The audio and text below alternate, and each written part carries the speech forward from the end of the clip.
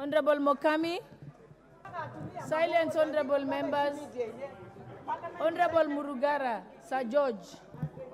Thank you, Honorable Speaker. Honorable Speaker, I beg to give the notice of the following motion, that aware that most pupils in primary and secondary schools are currently facing ethical behavior challenges, manifested in the rampant cases of drug substance abuse socially, unacceptable sexual misadventures, and antisocial behavior that has contributed to their poor study habits, academic underachievement, and increased conflict with parents, teachers, and guardians.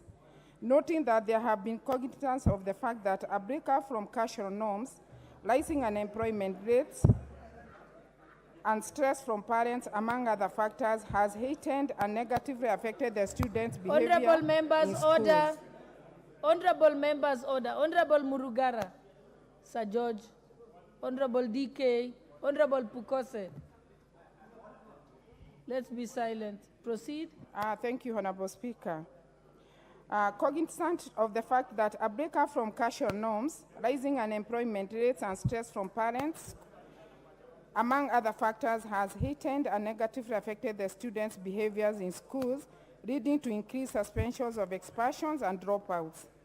Deeply concerned that students from families experiencing domestic violence, separation, single parenthood, and terminal illness, among other myriads of problems, are prone to depressions.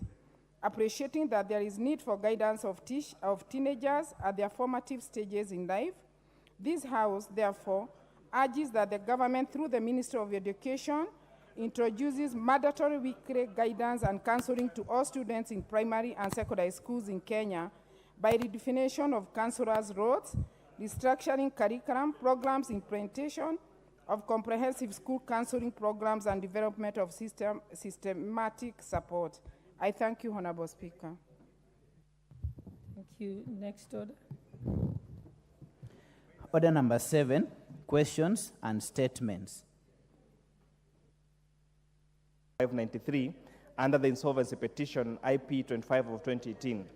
In particular, the Honourable Member wanted the chairperson to, 1, explain the circumstances under which the Ministry of National Treasury and Economic Planning have been reluctant to be enjoined in Uchumi's defense against the impending sale of its Langata property LR number 209-12/12-593 under the insolvency petition IP 25 of 2018. Yet the ministry is the custodian of the government's stake in Uchumi, her assets and property. And 2, to explain the plans the government has in place in order to rescue Uchumi Langata property from being auctioned at a loss in order to safeguard public interest for prosperity, as well as protection of other valuable and unsecured creditors from imminent loss. Honorable Speaker, I wish to provide a response as follows.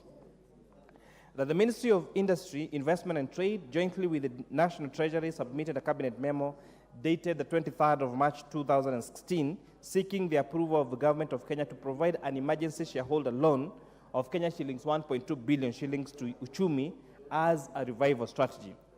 The cabinet approval was granted, and the Government of Kenya gave a loan that was dispersed to Uchumi Supermarkets Limited in 2 tranches, 500 million shillings and 700 million shillings. The property in subject was charged to the loan disbursed, and the charge documents were fully executed.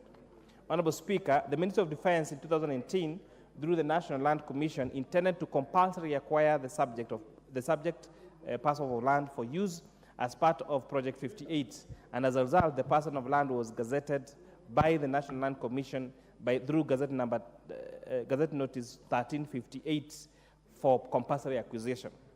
On the 7th of April of 2021, UBA Bank went to court seeking to exercise its statutory right to sell the property in the subject in Nairobi to recover an outstanding loan amount of Kenya shillings 162 million. However, on the 19th of May of 2022, the court delivered a ruling by which it dismissed UBS Bank application, observing that the government had commenced compulsory acquisition of the said property. Additionally, in this ruling, UBA Bank indicated its loss of interest in pursuing the matter further. Honorable Speaker, I beg your protection from these lawyers, Wakili Molewe and Kagushia. They are consulting in two loud voices. Please maintain order, Honorable Edward Muri and GK. Thank you very much, No, Honorable not Speaker. GK, Honorable Kagusha. Kagusha, yes. However, on the 2nd of February of 2023, the National Land Commission deleted the said gazette notice. And however, it's important to note that it's not clear whether the Ministry of Defense is still interested in the acquisition, in the compulsory acquisition of the said property. It is based on the deletion of the gazette notice that UBA Bank went back to court to petition that to set aside the earlier ruling on the subject matter and grant leave to the bank to enforce the security over all that property known as land and enter Order, into Honorable possession. Wanjala. You've been pacing up and down the corridor. Either you sit down or you can leave and wait outside. But don't stand menacingly on the aisle. Proceed. Thank you, Honorable Speaker. And perhaps it kept your attention that the Honorable Wanjala actually crossed the aisle instead of going back all the way and coming back. To leave the bank and enforce the security over the property known as land and enter into possession of the charged land of Uchumi Langata land LR 209/12593. On the 5th of October 2023, via a letter from Uchumi Supermarkets PLC, the acting CEO brought to the attention of the National Treasury on an impending court ruling, which was to be made on Wednesday, 18th of October 2023, on the matter. UBA Bank had petitioned the court that the court grants leave to the UBA Bank to, one, enforce its security over all that property known as land Uchumi Langata Hyper LR 209/12593 by appointing a receiver of the income over the charged land, and two, to enter into possession of the charged property Uchumi Langata Hyper LR 209/12593. Honorable Speaker, according to the Cabinet Secretary of the National Treasury, the National Treasury was not privy to this court matter until the 5th of October 2023, when the letter from the acting CEO of Uchumi Supermarkets Limited was received by the National Treasury. The National Treasury indicates that the said date, 5th of October 2023, was a deadline given by the court for the submission of objections by parties interested in the said property. In this case, the National Treasury and the Kenya Development Corporation, formerly ICDC, who were the shareholders and creditors, respectively, for the Uchumi property, for Uchumi Limited, sorry. Following the receipt of the letter, the acting CEO of Uchumi PLC, the National Treasury requested the AG's representation in court, AG meaning Attorney General, for the ruling on 18th of October 2023 to file for a postponement of the ruling to enable consultations with the government for a policy decision. Honorable Speaker, on the 18th of October 2023, the court gave the National Treasury 3 days to make submissions to the court. The court ruling was therefore postponed to 27th of October 2023, set for the 3rd of November 2023. The National Treasury deposed that on the 26th of October 2023, that is 5 days before the deadline date granted by the court, the Cabinet Secretary, the National Treasury, through the Attorney General, submitted an affidavit beseeching the court to decline to issue the orders sought and said grant, one, that the UBA Bank and the National Treasury to leave to conduct a joint valuation of the property. Number two, that UBA and the National Treasury leave to jointly exercise their statutory power of sale over all the property known as the LR 209/12593 by appointing a receiver for the income over the charged piece of land. On the 3rd of November 2023, the Honorable Justice Alfred Mabea made a ruling on the application by UBA Bank dated the 29th of March 2023. In his determination, the judge determined that the application by the bank had merit. He proceeded to allow the same for the reasons inter alia that the company, that is Uchumi, failure to review and meet the terms of the company voluntary agreement, CVA, has had a detrimental effect on UBA Bank as a secured creditor. However, it is key to note that in rendering his decision, the judge points out in paragraph 8, which I want to read verbatim, that I have considered the rival representation of the parties that on the 18th of October 23, I was about to deliver the ruling on the President's application. However, Mr. Betts, learned counsel for the National Treasury, informed the court that he wanted to file an objection on behalf of the National Treasury. I therefore set aside the proceeding for delivery of the ruling on that day and directed that Mr. Betts, on behalf of the Attorney General, do file his objection and response within 3 days, and I reserved the ruling for the 27th of October 2023. As of that day, the National Treasury had filed no pleading. Once again, in deference to the principle of fair hearing, I adjourned the ruling to the 3rd of November 2023. As the time of writing this ruling, nothing has been filed. The wheels of justice must roll over, and we will await no one. End of quote. Consequently, the National Treasury, through the Office of the AG, filed a notice of appeal on the 14th of November 2023. Further, the Office of the AG will explore filing a review of the ruling made by the court, such that the orders requested by the National Treasury with regard to the sale consider all parties to be enjoined in the valuation process. However, having met the National Treasury on this matter, the Departmental Committee of Finance and National Planning observes the following. That one, among the Uchumi's largest creditors is Government of Kenya. The Government of Kenya loaned Uchumi Limited 1.2 billion shillings. And the Government of Kenya has a charge on the said property of land. So it would have been prudent to make a submission to the court within the allowable window and petition the court for grant of orders based on the public interest. The value of this property, Honorable Speaker, LR 209/12593, was valued at 1.4 billion shillings in 2018, 5 years ago, while the UBA bank debt is only 162 million shillings.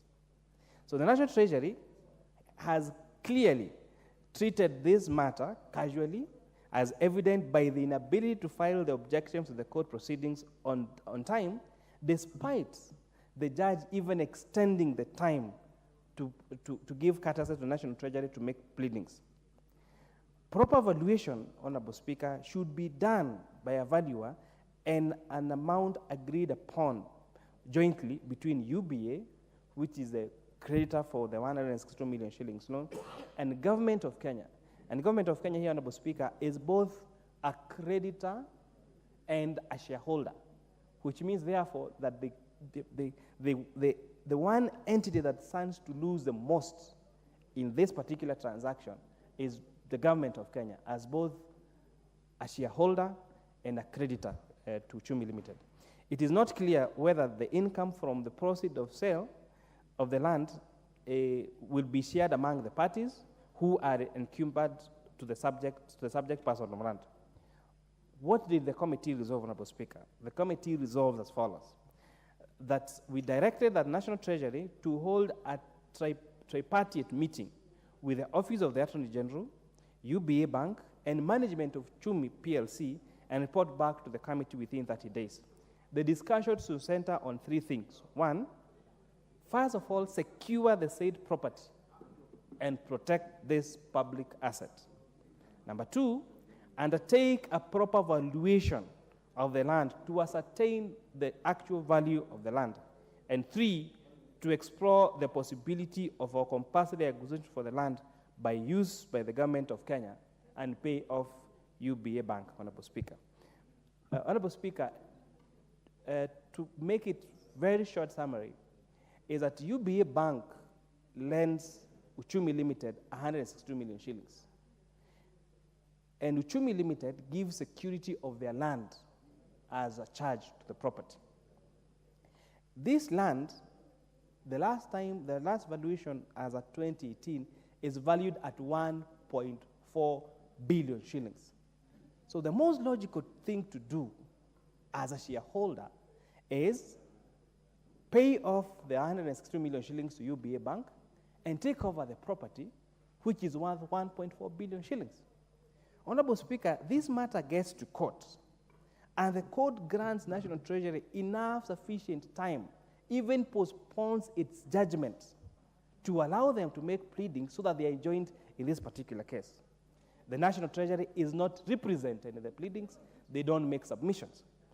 And what is interesting, Honorable Speaker, is to even note, and this really is an example of the power of Parliament and the critical role that Parliament plays in its oversight role. When this statement was sought by the Honorable David Kiplanga, the MP for Soy, on the 26th of October, it is the same day that the National Treasury now filed their petition to the court. I am not saying that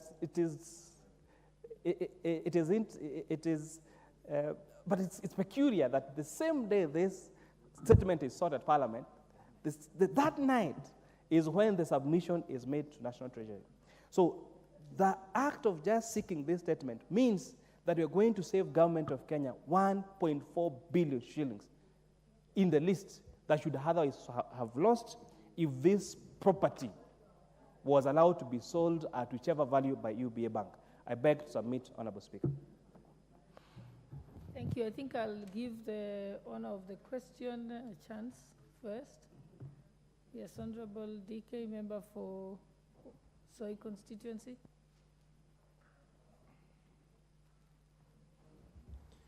Thank you very much, Madam Speaker. First, I would like to take this opportunity to thank the chair of the Finance Committee and Economic Planning, and also the committee for taking the statement seriously and engaging the parties, that is the National Treasury, so that we can be able to save the from losing a whopping 1.67 billion Kenya shillings as per the current valuation. You can imagine 5 years ago it was around 1.4 billion shillings. So we really want to thank I really want to thank the committee, and I agree with their recommendations, and I call upon Treasury, which, looking at the entire scenario, you can see there was a collusion for Treasury purposely to fail to be enjoined in the case so that the taxpayers can lose this very important property, so that I don't know at the back what they had agreed. And I would like at this juncture to mention the Director for Investments. The Director of Investments, I put it to this House, that he was aware of the entire shenanigans, and he has played part and parcel to make sure that this property, the government... What's your point of order, Honorable Chairperson for Finance? Honorable You Speaker, may sit, Honorable DK. Let's hear his point of order. Honorable Speaker, the remarks by the Honorable Member for Soy is impeaching improper motion on a public servant without a substantive motion. So if he goes ahead to mention the name and make those allegations, I think he would have had to bring a proper motion to this House. I think it's important that we give fair hearing and observe our standing orders in our debates of the House. You want to retract that and proceed? Thank you, Honorable Speaker, and I oblige with the sentiments of the chair, given that he has done very good work and is still in the process of investigating. For now, I withdraw the naming, but I put it maybe after the committee is through with their investigations. I will bring a substantive motion on the matter so that we can be able to discuss public officers whose complacency can lead to loss of revenue, can lead to loss of property that belongs to Kenyans. We know very well, we are living in a country where we need to protect the assets of government, we need to protect the taxpayers from the loss, and it is miraculous that after I gave the statement, that night, the Treasury that is saying they were not aware were able to draft an affidavit And you can see the reading from the judgment that the judge actually waited and waited and waited and waited for Treasury to be able to make a replying affidavit to the issue. But they failed because maybe in due course it will come out clearly who are the collaborators, who are the ones who wanted to make a kill out of this thing, and who are the masterminds of this whole deal. But for now, I thank the chair and I beseech the chair. This is something, if you have anything else you are doing within your committee, this should be a priority issue because we are going to save the taxpayer a whooping 1.6 billion. And I think even without budget, the Treasury can use Article 223 to pay off UBA Bank of their 162 million, and we remain with our asset, and then the government can take it compulsorily because already we had loaned Uchumi 1.2 billion, and we already have around 14% of the shares. So this is something that I call upon the committee to take cognizance, to take it as a priority, and to investigate up to the last minute. And those found culpable, we call upon the investigative agencies to take action so that it can be a lesson to other public servants who are going to misbehave like this, and we are going to lose money through dubious deals. With that, I beg to reply. Thank you. Oh,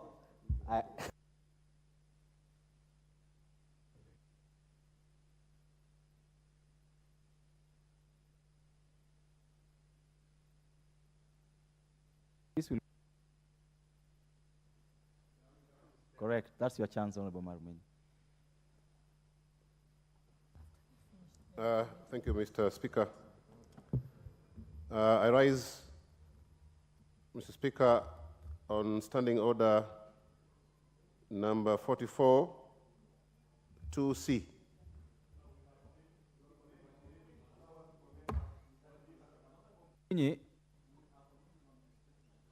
No, you gave me the opportunity, that's why. Otherwise, thank you. Then, therefore, go to the Honorable Jen Kihara, if she's in the house. Then the Honorable, no, there's no need of carrying up your hands. It's not a high school. The Honorable Julius Ruto of Keses. Thank you so much, Mr. Speaker. And it's good to remind us we are not in school, but at times to catch attention of Mr. Speaker, you must do an extraordinary action. Mr. Speaker, I just want to privily comment on this. And again, I want to applaud my chairman for the Committee of Finance and National Planning. For record purposes, not economic planning, but national planning, on the swift action upon the Speaker's directive to look into this matter. And as the way the chairman has given his response, Mr. Speaker, this particular scenario depicts a behavior that can justify. Honorable Advocate, sit. Correct. Go ahead. Thank you, Mr. Speaker. I just wanted to weigh much on the situation analysis of how this particular matter was undertaken. If you look at the reluctant behavior from the National Treasury, the reluctant behavior from the Attorney General, Mr. Speaker, you will agree with me that it looks like, and I will be exempt to make this particular statement, that there was a clear conspiracy for this particular act to proceed and subject public to lose a whooping more than 2 billion in the assets of the Uchumi supermarket. Because when this matter was brought to the attention of National Treasury, even before Uchumi expressly indicated to the National Treasury to move and respond to what the court had given an opportunity for objection, and they were relaxed.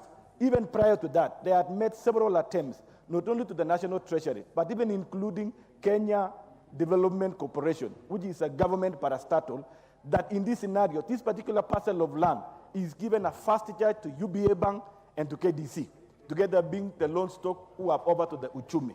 and they kept silent. They never bothered, knowing that they are also a first charge owners in the same asset. Mr. Speaker, you will agree with me, as I have said again, that I will need to be exempted to make a conclusion that there was a deliberate conspiracy for this particular land to be disposed so that it suits the interests of some specific individuals. Because how come it's a whole property that is valued way back 5 years at 1.4 billion, and people are reluctant, government officers are reluctant, by all measures, by law, PFM Act, National Treasury Act, it gives an absolute responsibility to National Treasury to protect every government investment, every government asset for public interest. But under this scenario, even it was witnessed when the PS responded in the committee that he was not aware, that he's apologizing now when the matter has been adjudicated in court and order has been issued, that he's now apologizing, that he's going back. It shows how much our public officers are reluctant, either they are not competent or they are deliberately relaxing on this matter, so that afterwards, when they react, when issues have been overtaken by time, already assets have been lost. And I want to say this, even as the committee is concluding its report, Mr. Speaker, this one should serve as a lesson. The conclusion of the report, as it is at the moment, should come up with recourse action thereafter. That government officers who have been bestowed with responsibility should act with uttermost good faith in protection of government assets. Because assuming, we sell a land of more than 2 billion to settle a loan of only 163 million. National Treasury owns a loan stock of 1.2 billion in the same property as a second charge. He is a shareholder of 15%. KDC is a first charge, which is a government entity on the same property, and they are silent. Attorney General, by the time, you want to tell me there is a case against the government and Attorney General is not aware. Mr. Speaker, for once, we have to be very serious on the way we manage our issues. So I want to rest this case as we follow up this matter and call upon that we need to look at beyond this. In fact, in any case, we need to investigate the conduct of the officers who are reluctant in their work. What else do they know more than this? What agenda? What is this silence until Parliament is coming up to pick up on the matter? And at that night, is when they subjected the obligation. Thank you so much. Thank you. Don't Honorable Leader.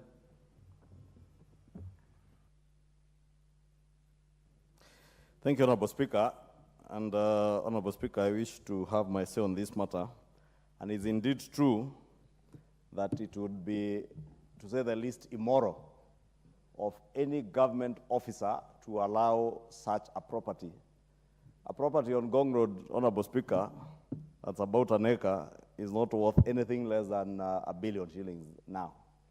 And that land is at a very prime location, if you know where that land is, where the former Uchumi supermarket was on Gong Road.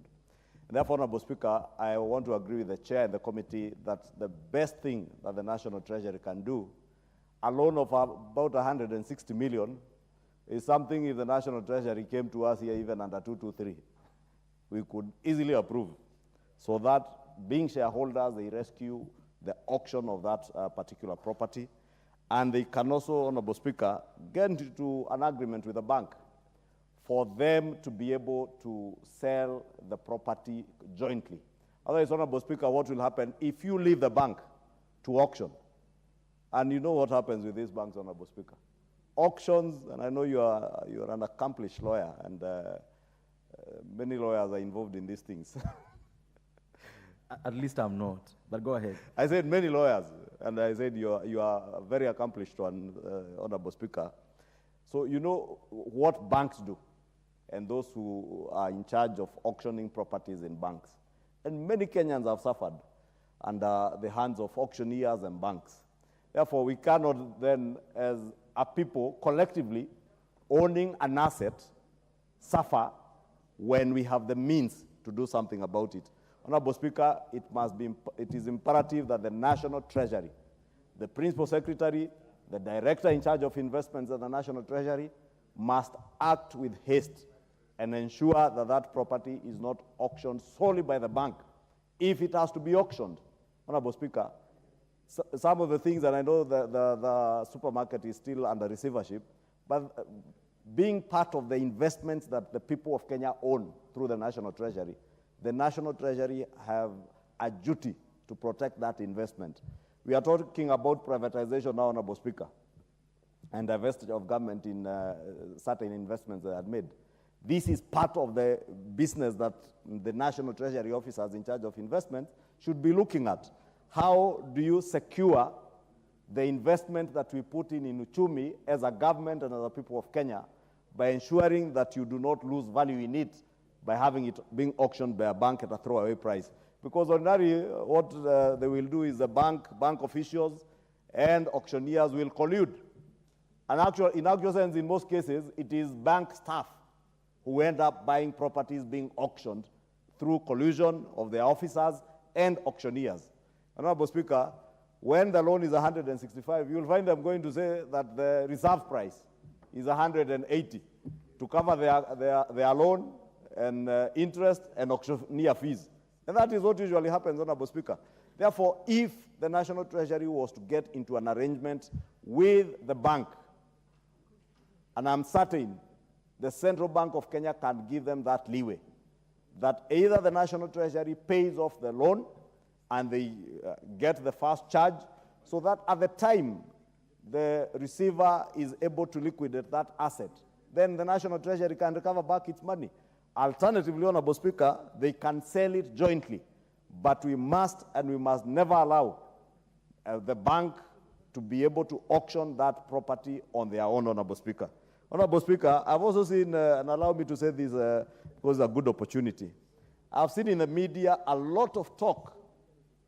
And you know the other day, Honorable Speaker, when I spoke about somebody being financially illiterate in some vernacular station, they took offense. But when you're financially illiterate, you are. And I said I'm also illiterate in some aspects. For instance, I'm broadcast illiterate. So I will not seek to broadcast anything in a studio because I don't know how to do it. But I am very financially literate. And Honorable Speaker, I have heard many people speak how government is selling off assets. Honorable Speaker, ignorantly, people are not looking at the Privatization Act, which we passed here as a privatization bill only, I think, about 3 or 4 months ago. And that Privatization Act now makes it very clear how government will divest from investments it had made in the past, whether it is through initial public offering, whether it is through the identification and getting into joint ventures with strategic investors, whether it is through what would be an outright sale of some assets, Honorable Speaker. And there's a lot of propaganda out there. I have heard them saying, oh, KICC is being sold. Honorable Speaker, KICC today, 90% of the tenancy at KICC, I think, is Parliament, paying peanuts because it's a government to government. But this is a prime location in our CBD. A prime location, Honorable Speaker, if KICC was, for instance, to be leased to a hotel chain, a chain of hotels that can run, those who have the expertise and the private sector expertise to run conferencing facilities and hotels, convert the whole building into a hotel, for instance. You can imagine the amount of money government would be able to generate rather than wait for myself and yourself, Honorable Speaker, to get small corner offices there and Parliament pays peanuts, or government ministries who never pay because it's government to government. KICC, I'm certain, owes other government agencies money. They owe parking fees. I've seen City Council of Nairobi claiming parking fees from them. Kenya Power, Honorable Speaker. Therefore, all the negative propaganda that is being propagated in line with what we have done here with the Privatization Act, Honorable Speaker, people must know, those who are propagating this negative propaganda, that government assets are being sold for a song, or there are certain deals anywhere. The law we passed is very clear on the process of divestiture, how you identify what assets government will divest from, how you will divest, whether it's through initial public offering, like was done with Safaricom or Kengen, Honorable Speaker, in the years gone, or whether it is through the input of a strategic investor, or whether it is leasing, like we said with the sugar companies in Western Kenya and parts of Nyanza, and elsewhere, Honorable Speaker, that you will lease, you will not sell off those assets, Honorable Speaker, so that Kenyans are able to derive value Honorable Mwinyi, what is out of order? out of their... Honorable Mwinyi, what is out of order? Speaker, The leader of our majority is now engaging in another debate. He was supposed just to contribute towards Uchumi and not to delve in the matter, of course, of selling properties of the government. Thank you, Mr. Speaker. Which other debate is this? Thank you, Honorable Go Speaker. ahead. You know, I said, Honorable Speaker, finance is difficult. And to understand divestiture, investments, may be difficult for many people. Don't go there. So, You are Honorable doing very Speaker, well, Honorable. Uchumi is You are an doing very well. investment in Kenya. And Honorable Speaker, allow you to insinuate anything against Honorable Mwinyi. You are doing very well. it is Honorable a chair of finance who is insinuating things from my back. I hope the Hansard is not capturing what he's saying, because I can hear him saying certain things about finance and law, Honorable Speaker. But I was saying, it is divestiture, investments, all these things are related, and that's why I veered off, Honorable Speaker, to speak about divestiture through privatization, because Uchumi government has shareholding, substantial shareholding in Uchumi, and therefore we cannot afford to lose money as people focus on all the wrong things using negative propaganda. People are focusing on KICC. We have a hotel next to us here, what is it, Intercontinental, that died with COVID. Hilton Hotel. Government has shares in all those assets. Honorable Speaker, you may need to ask yourselves, would that hotel probably be better off being utilized by Parliament than this parliamentary tower that we have built for close to 15 years now? Honorable Speaker, I beg to support, and we must be unequivocal, Honorable Speaker, that the National Treasury must act and ensure that that property is not sold for a song. Thank you, Honorable Speaker. Where's the Honorable DK? Where's the Honorable DK? He's left. This, okay. This chance goes to Honorable Pukose. The Honorable DK, I just want you to clarify that the land you are dealing with is not on Gong Road, it's on Langata Road. Is that the case? It's the Langata. Is a piece of land right next to the Wilson Airport? Yes, yes. Correct. Go ahead.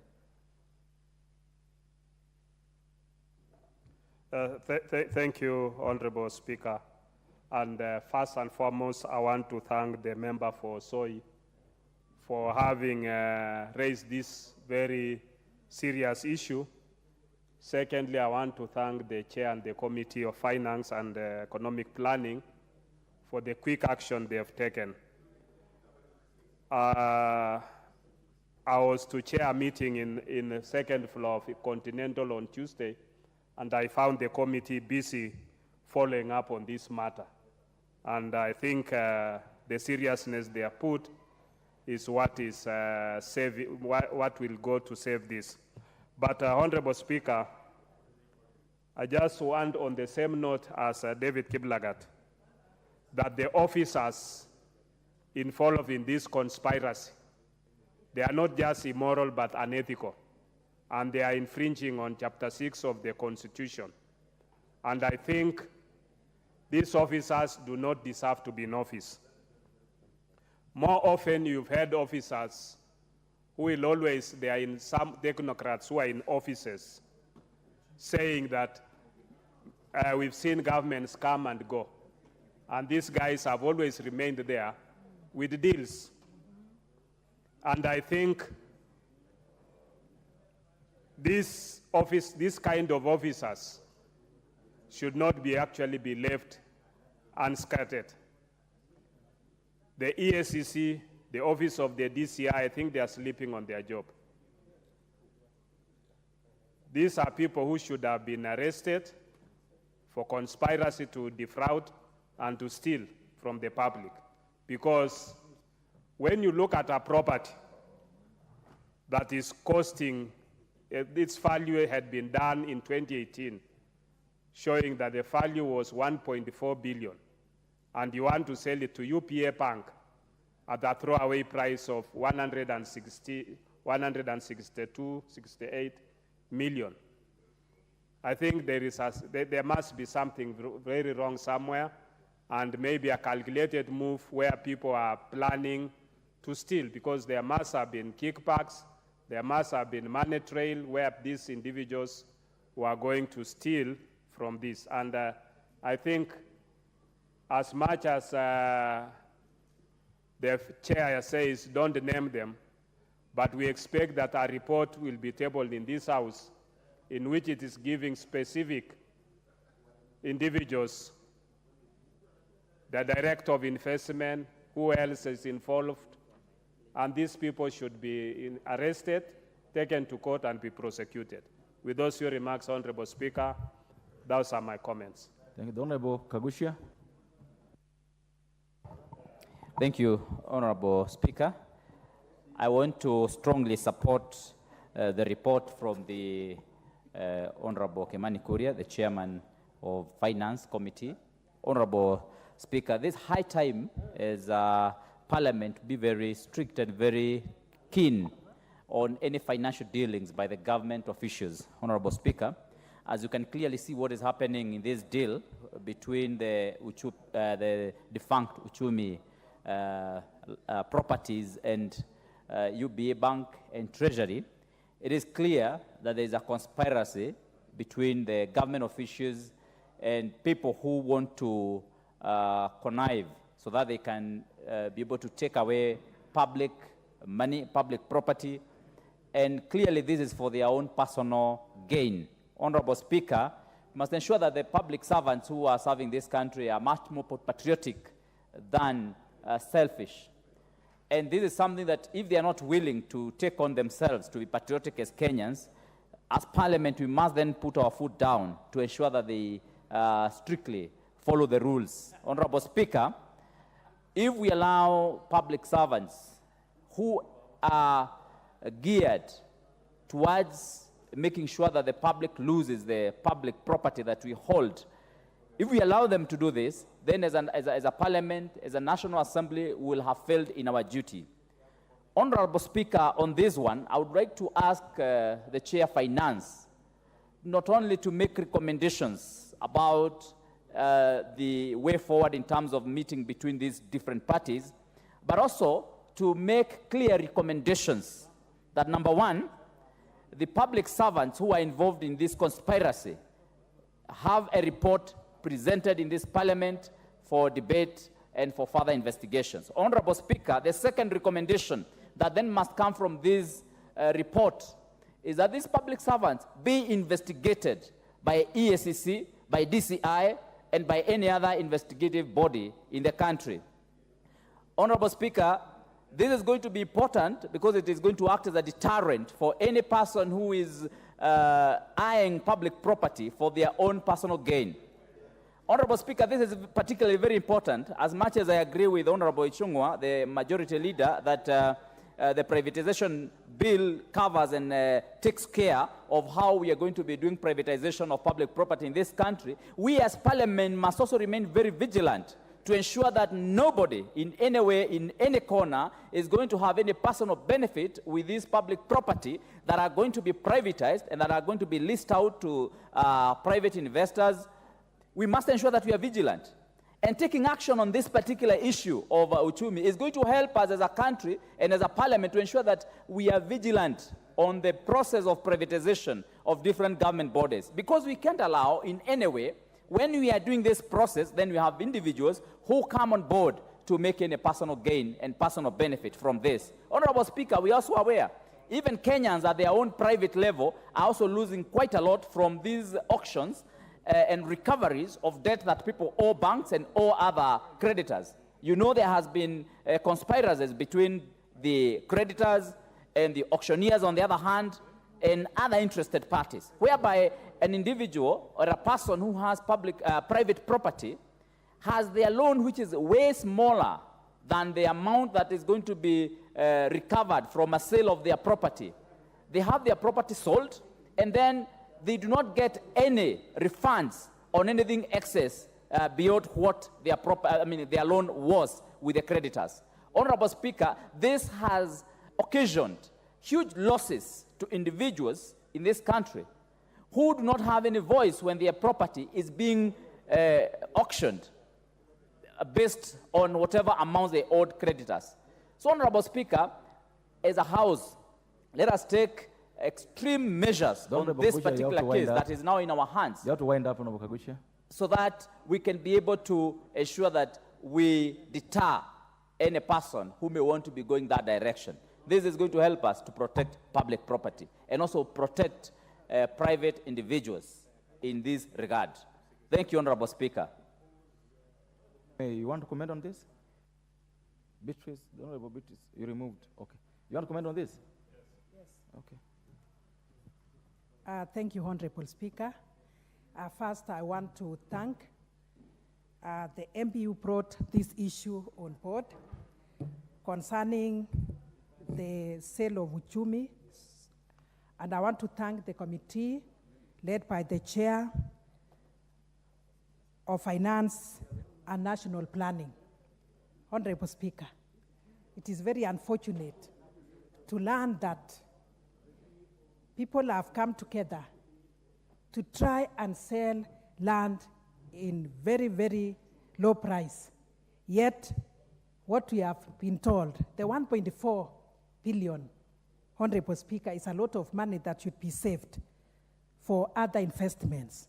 And looking at this, Honorable Speaker, the public officers should be taken into task over the same. Just like what my colleagues have said, some of them have served many governments. They have been here throughout, but they have become cartels. And we cannot allow, Honorable Speaker, people to come over and try to take away public property. We are supposed to be saving every shilling at the moment, knowing that the government of William Ruto is trying by all means to make sure that the cost of living comes down, to make sure that we save more, to make sure that a lot of property is owned by many. So, Honorable Speaker, I want to thank the committee for the job well done, but I want to ask the chairman to go deeper and look at these officers. As much as we are saying we don't need to expose them, it is very important that DK comes with another motion as he promised so that we go to the detail of the matter. Thank you, Honorable Speaker. Honorable Farah.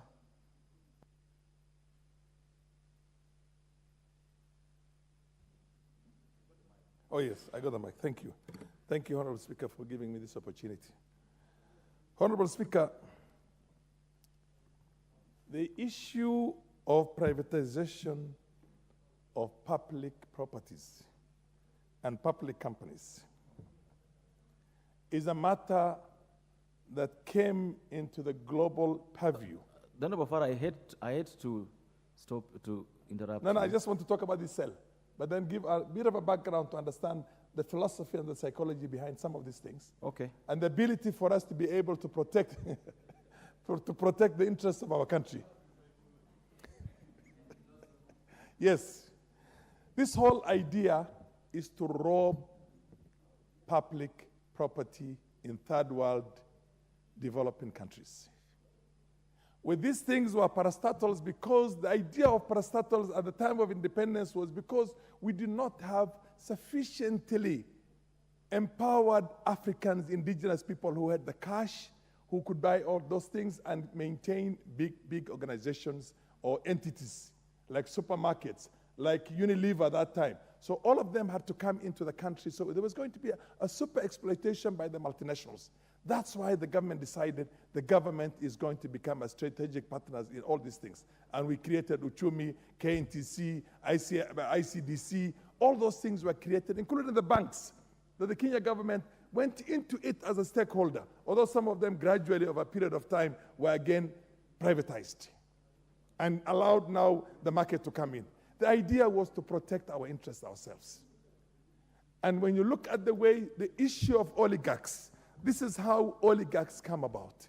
Because people from outside will come and buy your wealth at a throwaway price.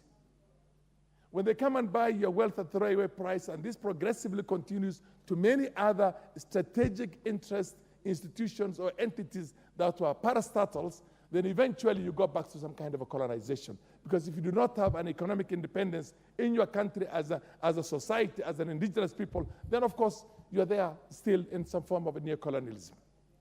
Now, for us to be able to see this, the word oligarchs came about through the privatizations of strategic government-owned, communist-owned entities in the Soviet Union and the former republics of the Soviet Union.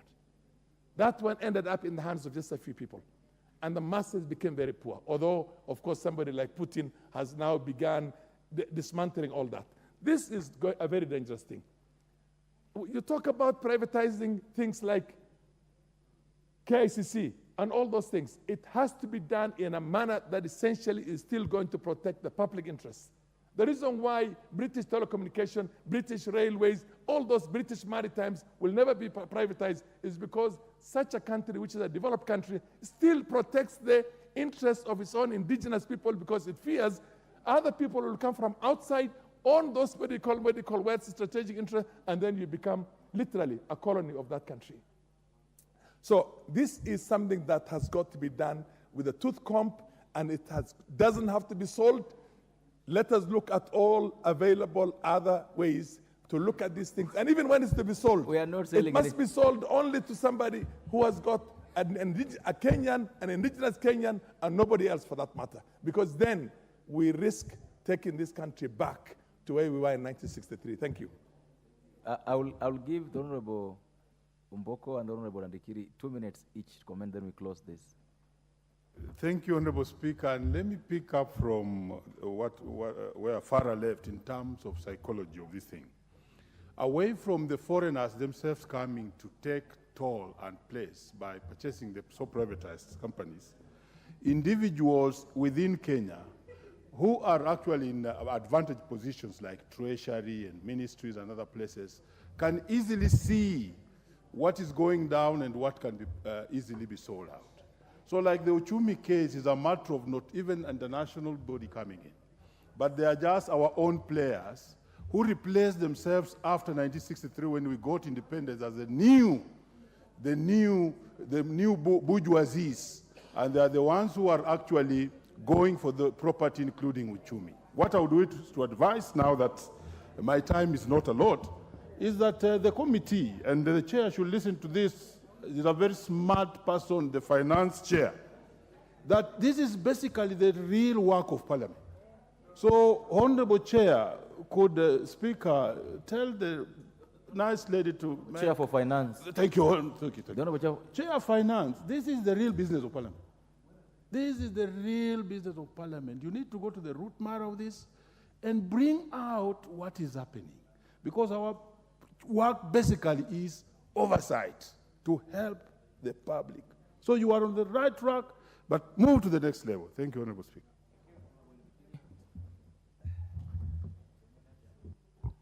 Thank you, Mr. Speaker. I think this is a very weighty matter. And I want to pick up from what my friend has just spoken, that this Parliament, and Mr. Speaker, you are one person who has come out very clear on the issues of corruption, and I want to thank you. This is the only time that we have an opportunity to make a cleanup. It is not only in the Treasury, it is happening everywhere. Mr. Speaker, as I'm talking to you, one of my schools, a title deed was given last week, and they went to court, and the judgment has been set for 20th of January. Imagine, the government ministries, some of them are rotten, and we can't hide. The Minister of Lands is a rotten ministry. This Treasury, how can a case continue and the property of the government, and nobody in the ministry is not taking responsibility? I want to urge the committee and all other committees, is the high time that we start leaning on some of these rogue officers who are overseeing backdoor selling and privatization of the properties that are with the members of the public. I thank you, Mr. Speaker. Well, Kimani Kure, you've heard what members have said on your report. And you have the powers to give Treasury money to buy this property back. Then government can do whatever you want to do with it. So the ball is in your court, the Honorable Chair. We are going to move to the next order. But before we do that, I will allow the Honorable Omar Mwinyi to raise an issue that he had and wanted to raise. Thank you, Mr. Speaker. I rise on point of order number 44(2)C. And I quote, sana na viongozi wa Afrika Mashariki, Mheshimiwa Spika, kwa sababu kuna msimu ambao pengine Kenya ina kiangazi, Tanzania wana msimu wa kuvuna, Mheshimiwa Spika. Kwa hiyo tukiweza kuamiliana vizuri na mataifa ya Afrika ya Mashariki, wao wakivuna kama sisi hatuna, chakula kinatoka kule kinasaidia watu wetu wa Kenya. Na sisi kama wao wakati wao ni wa kiangazi, na sisi pia chakula kinatoka Kenya kinaenda kuwasaidia wale. Itakuwa tunasaidiana sisi watoto wetu kupata lishe bora, wananchi kupata chakula, na itakuwa hatutoi ule mwanya wa mtu kuja kutuambia kuwa leo mna njaa, kwa hiyo mimi nitawapa chakula na nyinyi mnipe hichi, ama nitatoa deni na nyinyi ili muweze kupata chakula. Haiwezi kutokea, Mheshimiwa Spika. Mheshimiwa Spika, tukiwa na taifa ambayo ina chakula na udongo uko sawa, Mheshimiwa Spika, mambo mengine yote yataenda sawa, kwa sababu wakati mwingi ule umaskini ndio unachangia Mwafrika anaonekana kama si chochote mbele ya dunia. Lakini ikiwa sisi viongozi wetu wataweza kushirikiana, leo nione viongozi wa Afrika Mashariki wamekaa pamoja, wanapanga mikakati ya mataifa ya Afrika Mashariki. Mimi kama mama kaunti wa Mombasa nasikia vizuri sana, na ndio leo nampongeza Rais Samia Suluhu kwa juhudi ambazo wanafanya kuhakikisha kuwa wanakaa na marais wetu kuweza kuhakikisha kuwa hali inakuwa nzuri. Najua hii mkutano ilifanyika katika taifa la Rwanda, Mheshimiwa Spika. Na juzi nimetembelea Rwanda, niliangalie vile maisha yalivyo kule, nikasema kweli Afrika inaamka, Mheshimiwa Spika. Na hii katika lishe bora na usalama wa chakula, leo mimi najua wakiweza kuwafikia jambo hili, watoto wa Kiafrika hawawezi kutokea kwenye mapicha na kwa shakoo mara marasmas. Watoto wetu wametumika katika dunia nzima, Mheshimiwa Spika, kuonyesha ukosefu wa chakula, kuonyesha umaskini, kuonyesha ukosefu wa afya bora, kwa sababu tu sisi hatukuwa na namna ya kuweza kulisha jamii zetu kama Afrika tuweze kuwasaidia. Kwa hiyo Mheshimiwa Spika, mimi naunga mjadala huu wa leo, nasema tena, lishe bora na usalama wa chakula unaanza na sisi wenyewe katika Afrika Mashariki, na kisha tutaboresha mataifa yetu. Asante sana Mheshimiwa Spika. Thank you. The Honorable Jerry Maina of Kirinyaga. Thank you, Honorable Speaker. I rise to support this timely motion. Honorable Speaker, a hungry nation is an angry nation. The government must never vacate its duty to ensure that it has fed its population. I want to laud the Kenyan government for ensuring that they have invested in agriculture, Honorable Speaker. We put in and passed in the main budget 5 billion Kenya shillings for the subsidized fertilizer program, Honorable Speaker. Further, we have budgeted for construction of dams, Galana, Diba, and many others, Honorable Speaker, so that we can ensure we have protected our people and safeguarded and protected them so that we can have food security. Honorable Speaker, in the same breath, we cannot be speaking about food security and thinking of selling or privatization of Mwea Rice Mill, Honorable Speaker. Mwea Rice Mill is owned, 45% of it, by the farmers of Kirinyaga County in Mwea, Honorable Speaker. Honorable Speaker, it is very unfortunate, and the courts need to decide and give a clear picture and way forward on what public participation entails. Honorable Speaker, I want to make myself clear and say that they can sell anything else but not Mwea Rice Mill, Honorable Speaker, because members of parliament must be here on the floor to defend and represent the interest of the people who elected them, Honorable Speaker. And I cannot let them down in this day and time. And I want to promise the people of Mwea that I will continue pushing and aggravating for the issues on this floor, Honorable Speaker. Honorable Speaker, they have been requested to attend a public participation in Nyeri, Honorable Speaker. How do you ask the people of Mwea to go and record their grievances in Nyeri, Honorable Speaker, in regard to Mwea Rice Mills, Honorable Speaker. Why don't we make public participation easier for the Kenyan people and accessible to ensure that it is done at the point of instance, Honorable Speaker, so that our people can tell the government, Honorable Speaker, that they do not want the Mwea rice mill sold or given to any private entity, Honorable Speaker. It is the sweat of their grandfathers. It is the sweat of their grandparents, Honorable Speaker. They have a right to have a say, and I have a duty to ensure that I have communicated that on the floor so that we can ensure that our people are part and parcel of the decision-making of the government, Honorable Speaker. Thank you, Honorable Speaker. Thank you. The Honorable Danga of Matayos. Thank you, Honorable Speaker. Let me also add my voice on the motion on food security and nutrition as moved here by my good friend, Honorable Haji. I want to really state that food security must be prioritized for any nation. Dependence on food from other parts of the world outside our own region and our country should be something that we really should detest. Because the moment we continue relying on imports of food, then we lose our own nationality, we lose our own pride, we remain beggars, and those who give us food will always keep us in ransom.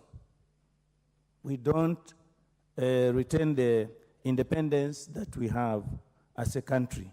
So really, giving effect to the Maputo Declaration, which suggests and proposes that countries should come up with, and within their budgets, they should at least give 10% of their budgets to matters agriculture and food production, is very critical, and each one of us has to support this particular motion because of giving credit and also supporting the Maputo Declaration so that we have enough food. In this country, for instance, we still have stunted children when we move around. Stunted children meaning they are not getting the right diets, they are malnutrited, they don't have enough quantities and qualities of food as required.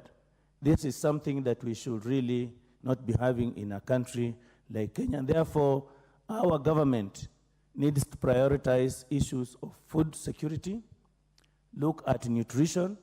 Even in schools, our children, I think, need to be given food so that they look healthy, they are not stunted, we don't have kwashiorkor and all those diseases that go with malnutrition.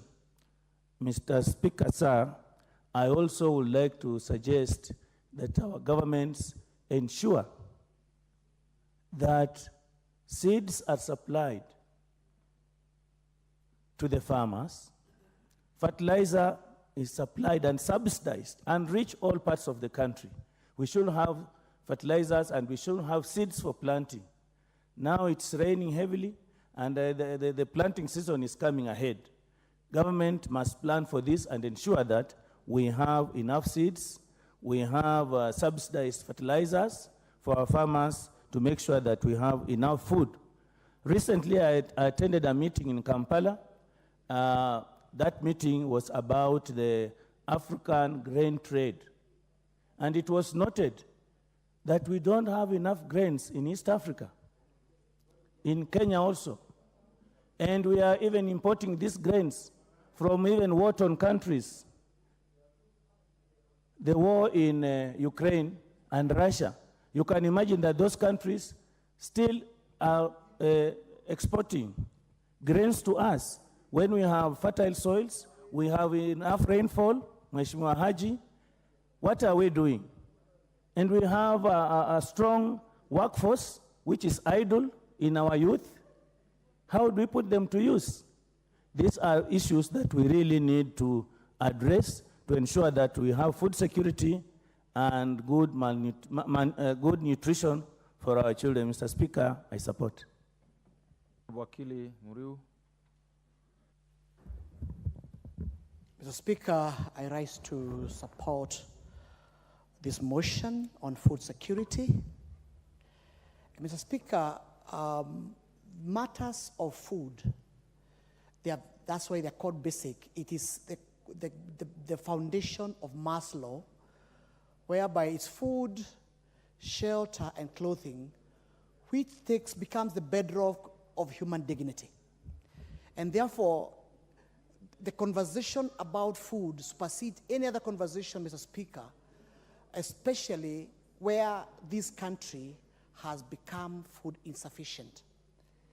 And therefore, Mr. Speaker, if this country cannot be able to come up with a green plan to ensure that we can eradicate malnutrition among our children, where people go hungry, or where we give food donation, then it means, Mr. Speaker, our policies are missing, and we need to readdress and recalibrate our policies, especially on food security.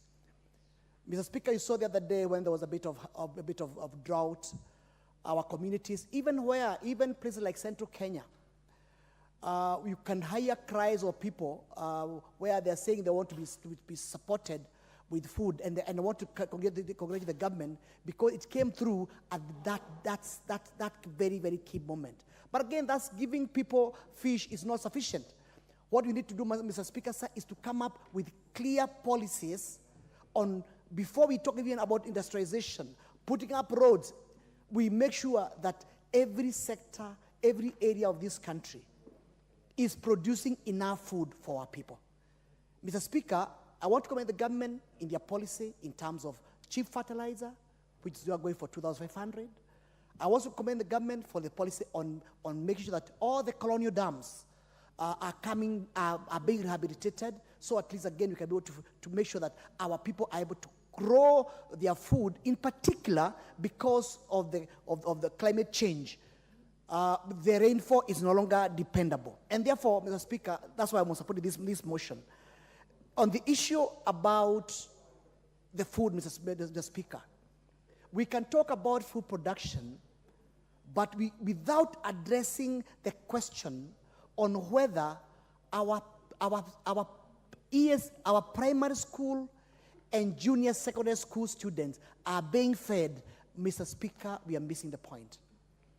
My quick reading on Article 57, 1A, it says clearly, every child of this country has a right to quality education. When I look at Section B of the same article of the Constitution, it says every child is entitled to quality nutrition. And therefore, Mr. Speaker, sir, the issue about food does not only talk about food for adults. We need to see how the motion which passed before this parliament, whereby we pass a motion that every child in junior secondary school, every child in primary school, as we provide them with learning materials, as we provide them with books, as we provide them with desks and good classes, matters of nutrition are constitutional.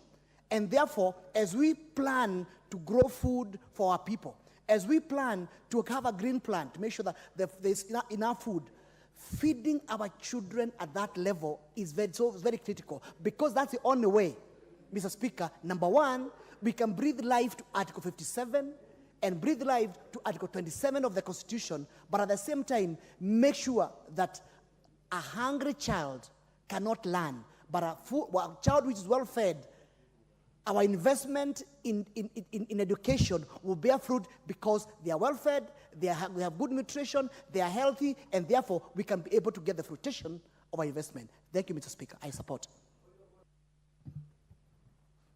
Honorable Mulanya, Member of Parliament, Nambale. My friend, what's out of order? Honorable member. Honorable Speaker, I rise on Standing Order 95, noting the mood of the House in support of this report.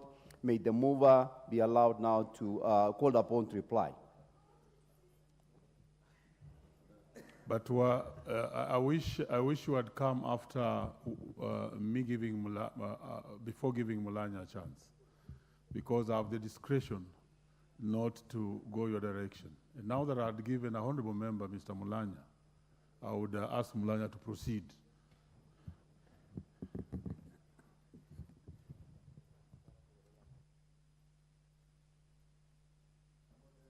Thank you, Honorable Speaker, for giving me this chance to give a contribution on this motion, despite the attempts by my good friend, Honorable Abraham, to gag my views on the same. Mr. Speaker, food security is very important for our nation. And we have had this debate in our country for a very long time. We note that we have just come from a very serious drought in this country, where we had serious hunger in the nation. Right now, we are blessed with heavy rains. And also we had a bumper harvest. But the problem is that after 1 year, again, our people will be suffering. The question that we ask ourselves as a nation, are we prepared for future? And then I will say no, because if we had a bumper harvest, then 1 year down the line, again next year, we start having our people complaining about lack of food, then we'll say that as a nation we'll be failing. I therefore propose that the government should take serious measures, first of all, to have enough storage facilities. In cases where we had a good bumper harvest like this year, we should store food that can keep our nation for a period of more than 3 years.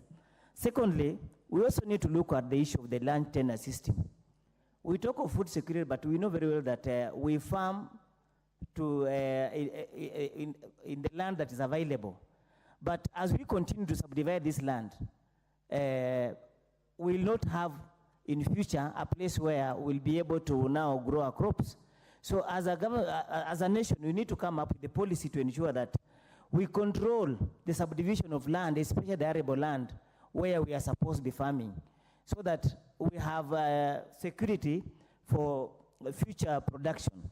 Then we are looking at funding of agricultural research institutes, so that farmers can have improved seed varieties to suit the changing climatic conditions.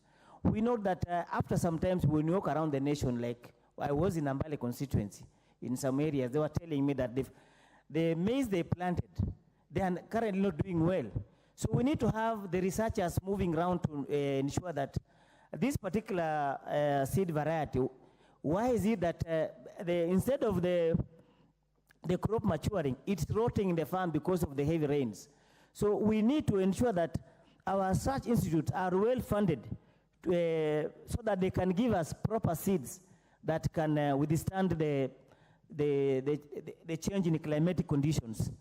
Third, I also wish to encourage the government to ensure that the issue of storage of water, currently we're experiencing heavy rains in the country.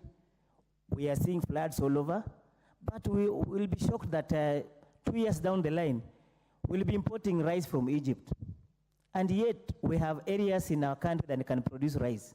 Like in Ambale constituency, we have the Malanga Mukemo irrigation scheme that was surveyed by the National Irrigation Authority, but to date, they have no funds to execute this particular project.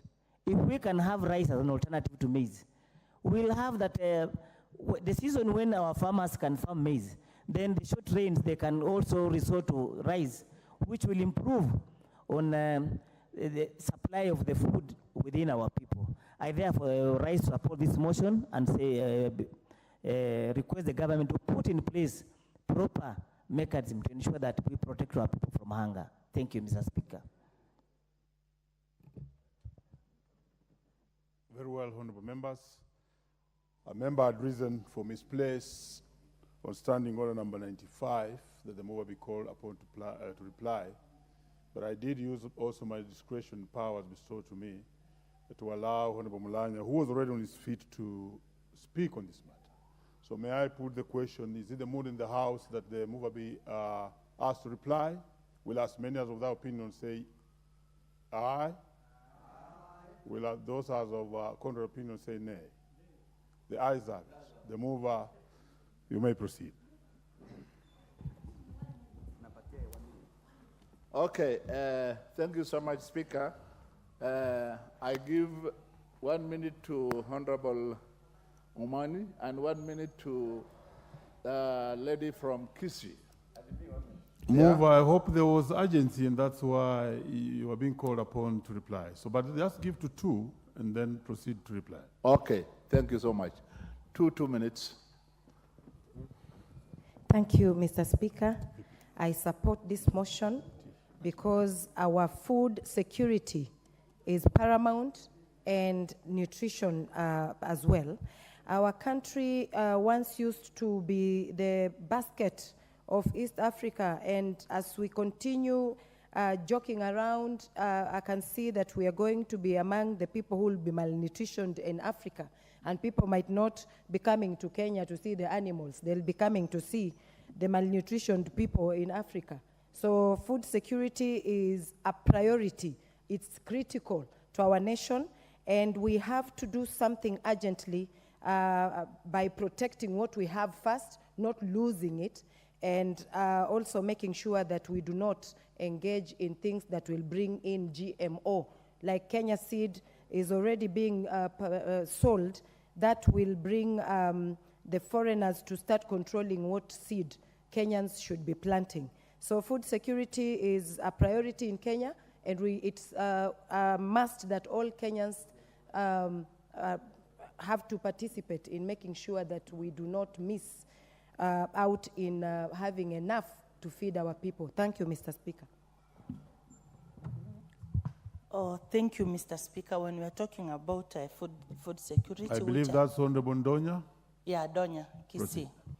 Why it has come timely, like now, Mr. Speaker, when there are these heavy rains, our infrastructure has rendered the farmers' produce not to get to the market.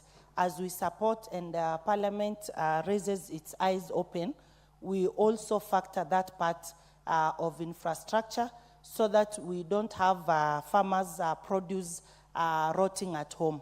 Another thing, Mr. Speaker, as I finalize, there are so many children who go to school because the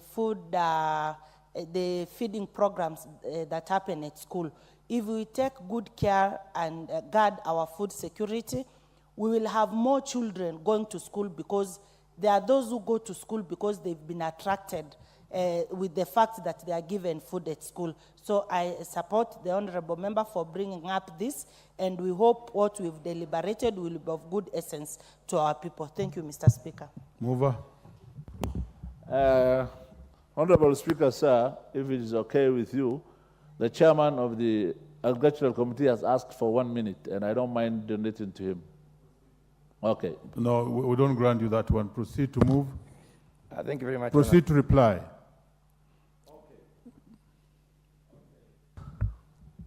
Thank you for the guidance. I beg to reply this report, and that what is very critical in this is that as legislatures, as members of parliament, we need to ensure that the various legal framework for food production and nutrition is given priority.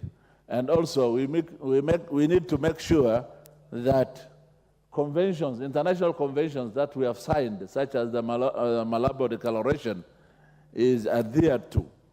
What is very important in a country like ours, whose economic background, is agriculture, family farming is very important. We have very little commercial farms in this country.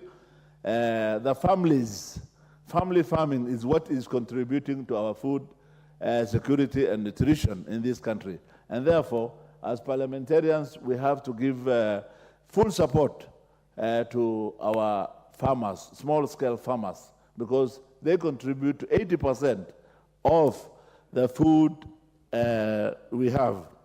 Also, this being the era of climate change, we should come up with business unusual. Business cannot be the same because we are no longer able to predict the timing of the rain, the intensity of the rains, and plant or grow our crops as per the way we used to do it.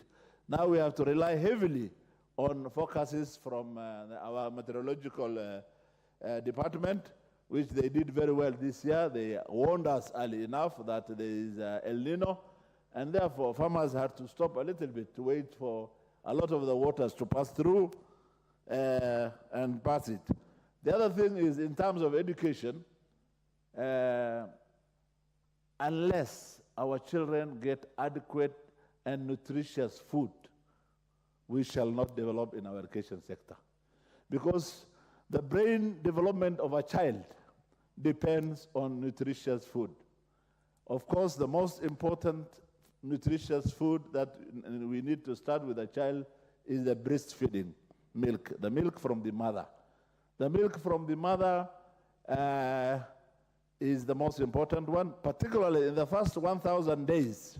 If a child misses that milk from the mother, and then thereafter, the child is not supported with nutritious food, then whichever school you take that child, the child's performance might be affected. With these few remarks, I beg to move. Thank you. Very well. We shall put the question at a later date or a later time. Next order. But before the next order, honorable members, when my business when I'm in the chair is actually to give you, honorable members, a chance to speak on these motions. So when you move from your place and actually indicate that the mover be called upon to reply, and you also proceed to go ahead and vote that happened, then we really must go that direction. Instead of the chair now taking over to start distributing chances to members, honorable members, to speak. So next order. Order number 13, motion, sessional paper number 2 of 2023 on the national tax policy. Chair Finance. Thank you, Honorable Speaker. So, Honorable Speaker, I rise to move that the House adopts a report on the Committee on Finance and National Planning on its consideration of the sessional paper number 2 of 2023 on the national tax policy, laid on the table of the House on the Thursday, the 23rd of November 2023, and approves session paper number 2 of 2023 on the national tax policy as recommended with amendments in the report. Honorable Speaker, before setting out the specific provisions of the policy, it behoves us to understand that the motivation behind this policy. Since independence, our country has had several tax legislations that have guided the tax measures the country undertakes. However, there has never been a single policy that acts as a guide for the country to ensure fairness and equity in the tax system. This has seen the tax system in the country being unpredictable, making it difficult to create certainty in tax rates and tax bases. Honorable Speaker, the policy is part of the national government's efforts to enhance transparency in tax practices and forms the basis for tax reforms and review of existing tax legislation in future.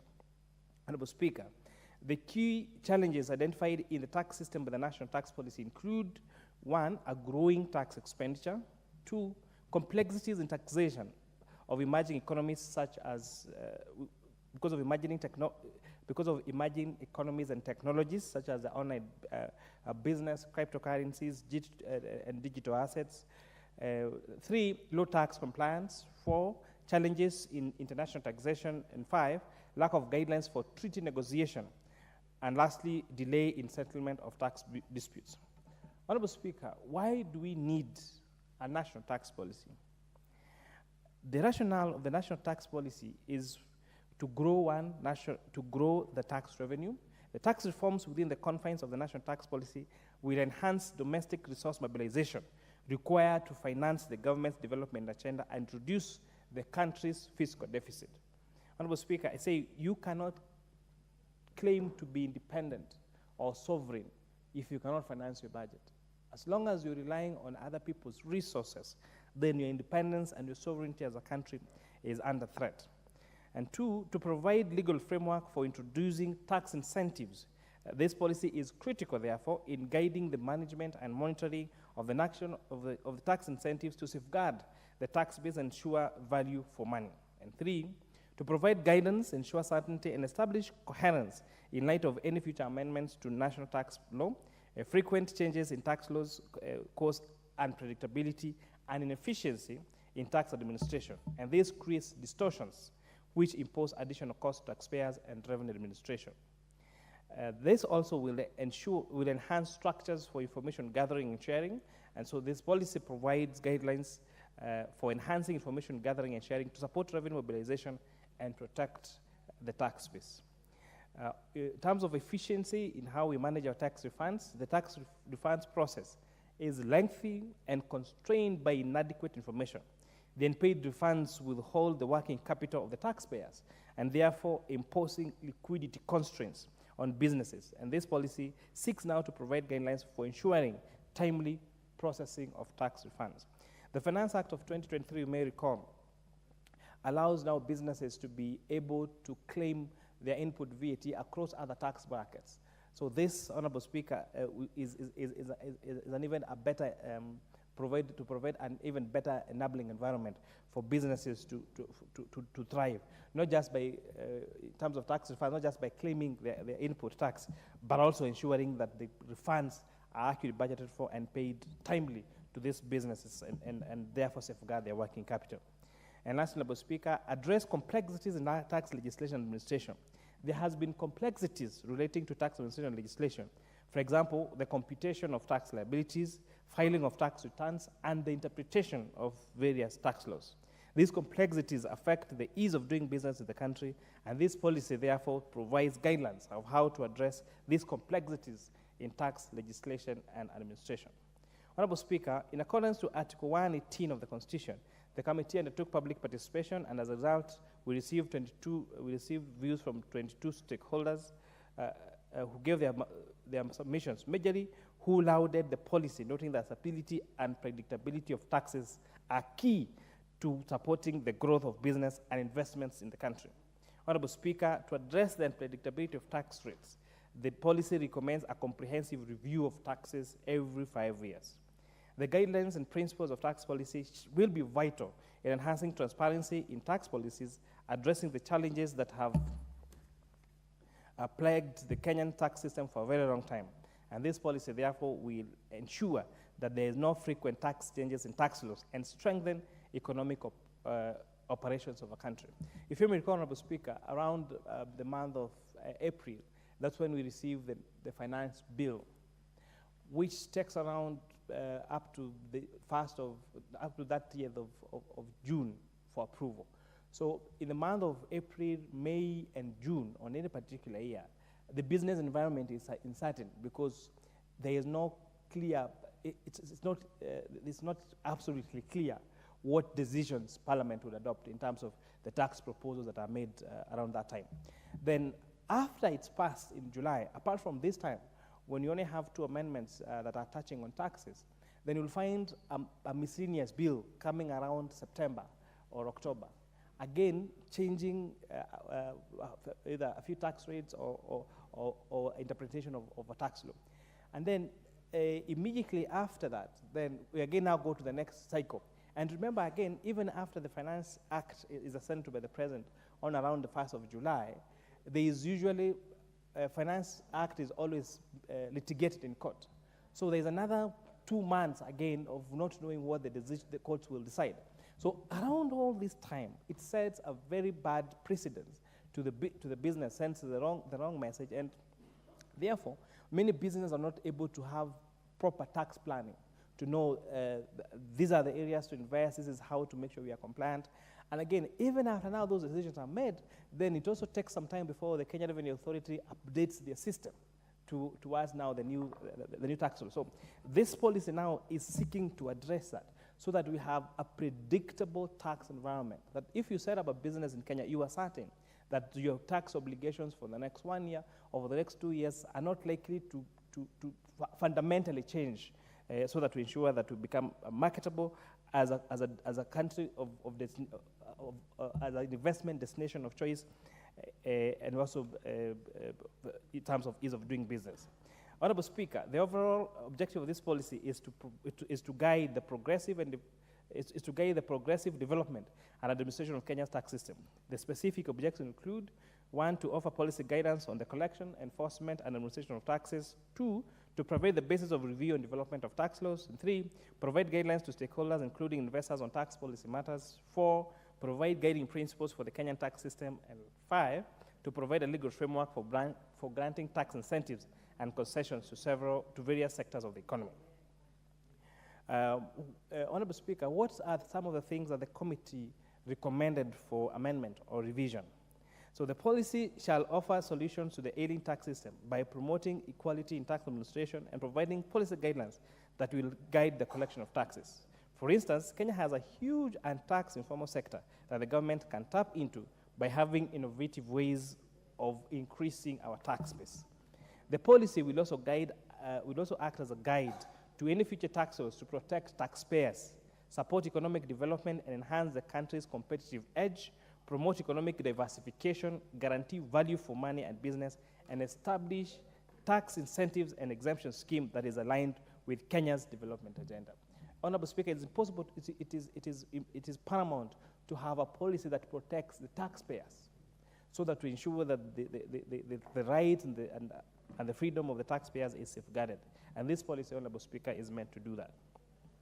The National Tax Policy of 2023 shall create predictability in tax laws, banalizing the challenges present in the current tax regime and setting objectives and guidelines to address them. The policy will be aligned with the medium-term revenue strategy with an aim of economic recovery and government's agenda on bottom-up economic transformation agenda better. Honorable Speaker, the policy guidelines aim to solve the present challenges affecting revenue collection by expanding the tax base, having the international best tax practices in tax administration, and developing a framework for granting incentives. The committee, Honorable Speaker, proposes the expansion of the scope of the hard-to-tax sectors to include the digital sector, which is a large sector that has remained untaxed. The 3 sectors are digital economy, informal, and agriculture. The policy shall provide more innovative ways to expand the tax base, and there is a need to provide alternative ways to tax the informal sector. For instance, possible use of withholding taxes, which require business to withhold taxes at source when making payments to what these sectors we are calling the hard tax sectors. The committee has proposed amendment to the national tax policy to provide for an efficient funding structure that ensures that the settlement of approved tax refunds tax refunds are actually refunded and actually paid within 6 months. Currently, there is no model for tax refunds, which has created challenges for businesses, where funds are withheld for long periods, reducing their working capital. An efficient structure ensures that the refunds are made within a short period and taxpayers can plan ahead. And what is interesting, Honorable Speaker, until we did this amendment on the Finance Act, if you owed KRA money, if KRA owed you money, for example, on input VAT, and you still were meant to pay other taxes like PAE and corporate tax, and you applied for a refund, and they don't pay you, they don't refund to you, but the amount of money that's supposed to pay them would accrue interest and penalties, and yet they actually owe you money. That's why now that amendment was critical to ensure that now you can net off your liabilities on other taxes. But you may find yourself where you for example, have stopped doing business. So KRA owes you money, input VAT, but you're not likely to, maybe you stop that business or move to something else, and therefore you're not likely to be in a situation where you'll be able to offset that tax against any other tax. So this now provides a guideline that there must be, Treasury must allocate funds for approved tax refunds so that those tax refunds are actually made within 6 months after the approval. The committee has proposed to amend the policy to ensure that tax expenditures estimates are explicitly provided in the annual budget estimates presented before the National Assembly during the budgeting cycle to improve budget transparency, and that the policy obligates the National Treasury to publicize reports on these annual tax expenditures. Honorable Speaker, further, the policy will set out a progressive tax band structure that ensures that the marginal rate is not higher than the corporate income tax rate. Currently, the marginal rate of 35% is 5% higher than the corporate income tax of 30%. This means that only are individuals taxed at a rate higher than corporations, but also a higher tax base, considering that individuals are taxed on their gross earnings, while corporations can claim deductions for the expenses incurred in the production of their income. Individuals are not allowed to claim deductions. This what essentially means, if you check how corporation tax is calculated, you take the profit of an entity, then you less what you call allowable deductions, and then you apply the 30% corporation tax on that net income. But if you check the way payee is deducted, individuals are not allowed to deduct. Individuals are not allowed to have deductions on their payee, on their income. So to give an example, when a company makes a profit of 100,000 shillings, they're allowed to make deductions of the expenses incurred to gain that income, what we call them allowable expenses. And then we take 30% of now that net and calculate that as their corporation tax. But if you go to an individual who earns a salary of 100,000 shillings, the only deductible allowance is contribution to NSSF to a particular percentage. Then all the rest of that is applied to one basic rate. So it actually means that salaried people therefore end up paying higher taxes than corporations. So this national policy now seeks now to amend that, so that we have now individuals paying the same as corporate, so that there's no that preferential treatment. And this will also help reduce tax planning, where now some individuals might find it easier to operate as a company rather than as an employee of that company. So instead of you and if you're operating, Speaker and I are operating a business, instead of us earning a salary from that business, then it saves you more money by incorporating that business as a company and earning dividend as directors of that company rather than being employees of the company. That's what I mean. And part of the views we received from the public were, for example, to allow for deductions if you have children, because actually means that if you are, say, a member of a family, and so you are the breeder in that family, that means the burden on you providing for that family is higher than probably someone who doesn't have a family. Those are some of the interesting views that we're actually receiving, saying that allow me to deduct my monthly expenses like food before now you calculate a pay. And consequently, so this amendment now is seeking now to have, this now tax policy is now seeking to have at least a fair structure, whether you are a body corporate or an individual paying under, whether it's under the corporation tax or under the income payee or income tax or the Income Tax Act. Honorable Speaker, this policy also proposed an amendment to the policy so that pensions that are now currently treated as so that we ensure that pensions are treated using exempt taxation method rather than the current system where although your contributions are exempt, the payment eventually is not. So now we want to make sure that we have an exempt, so that we ensure that pensions are not taxed at all.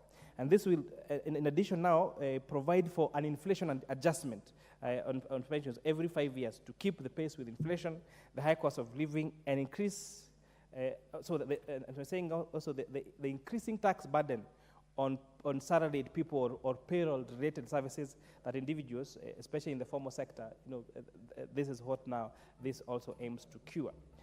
Honorable Speaker, the policy will also ensure that the granting of income tax incentive or exemption is only targeted to manufacturing investments, and the same sustained for not less than 5 years to allow the growth of these sectors and certainty in the business environment. This is where also, Honorable Speaker, we've not been doing very well, where we come up with tax incentives whether it is in investment deductions or these are the tax incentives we give to manufacturers, only for us to change them 1 or 2 years later. You know, the cost of setting up, for example, a manufacturing plant is highly capital intensive. And not just now the capital, even the time. You find some manufacturing plants will take up to 5 years to just set up. So if someone comes into the country and then takes time to take a full 5 years to set up a plant, hoping to benefit from particular tax incentives, only for you to change those incentives along the way, then you are definitely going to lose that investor, Honorable Speaker. So we're hoping that, the policy is recommending that these tax incentives will only be meant for manufacturers, and that these manufacturers will have the incentives don't be changed for a period of 5 years, so that we ensure that we give them enough time to even get a return on the investment and promote Kenya as an investment destination of choice. Honorable Speaker, the excess duty provides that it should only be charged on luxury goods, communication services, and other goods. And the other goods category, as captured in the draft policy, should not include essential goods, basic necessity goods, food items, whether imported or locally made, medicament, and agriculture-related products. Traditional, Honorable Speaker, excise duty has always been a sin tax, and has always been said to be supposed to be charged on luxury goods or products and service products that are harmful, so that you discourage their consumption. For example, alcohol, tobacco, gaming. But we have seen over time excise duty being applied on many other products which are not necessarily whether luxurious or what we call like syntax. So the many measures that we are advocating for, we approved, and hoping that this committee, this House, agrees with us, is to ensure that excise duty only remains on those particular items. The policy has approved that only optimal rate of excise duty should be charged to enhance predictability, to enhance certainty and predictability before any excise duty is levied in the future. So we're also looking at ensuring that we get what we call in the optimal rate. So that, because remember, Honorable Speaker, what you call the Laffer curve, where we say increase in taxes will lead to an increase in income in terms of revenue collection up to a particular level. Beyond that, then you're going to see a reduction in taxes. So we're advocating for having an optimal tax rate, where we have the policy drivers now sitting down and find out what is the optimal rate, so that we have good collections, Honorable Speaker, but again, so that any further increase on what we call the Laffer curve doesn't lead to decrease in collection. Honorable Speaker, the policy also provide that prior to the government making any proposal or amendment to the East African Community Customs Management Act or Customs Administration in general, they should undergo public participation, and National Assembly's approval must be granted. Upon enactment, these regulations should undergo the National Assembly's approval as per the Statutory Instruments Act, and this also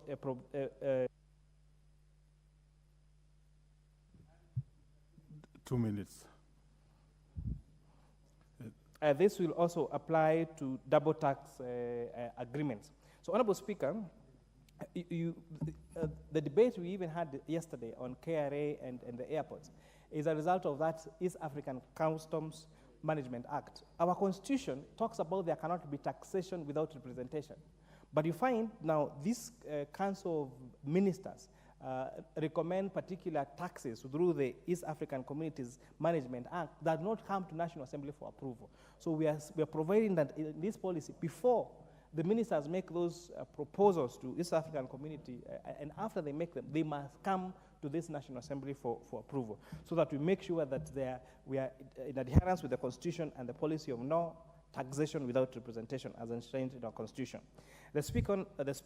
Honorable Speaker, the policy will ensure that there is a renegotiation framework for double taxation agreements to ensure that the instruments are kept up to pace with the current business realities in the relevant countries. We have a lot of double taxation agreements between countries that have not been properly negotiated and have not come to this Parliament for approval. The policy will also provide for the inclusion of an implementation matrix that will guide the implementation of the tax policy. The implementation matrix will, among other things, capture timelines, responsibilities, actors, and costs. Further, it will provide for an independent entity to oversee the implementation of the policy. And this will be required to be submitted to the National Assembly quarterly, Honorable Speaker. Honorable Speaker, this policy will also include a risk management and mitigating framework to guide on any risk arising from the policies, policy. With those many remarks, Honorable Speaker, I beg to move. I would like to ask Legal Counsel Honorable Moreu to second. Proceed, Honorable Moremi. Mr. Speaker, I want to second the proposed amendment to our taxation laws and policy. Mr. Speaker, any country which is in the threshold of economic takeover, economic progress, must have certain taxation regime which is predictable to enable the investors plan as they prepare to do the investment. Mr. Speaker, remember the tax is one of the key lines of expenses.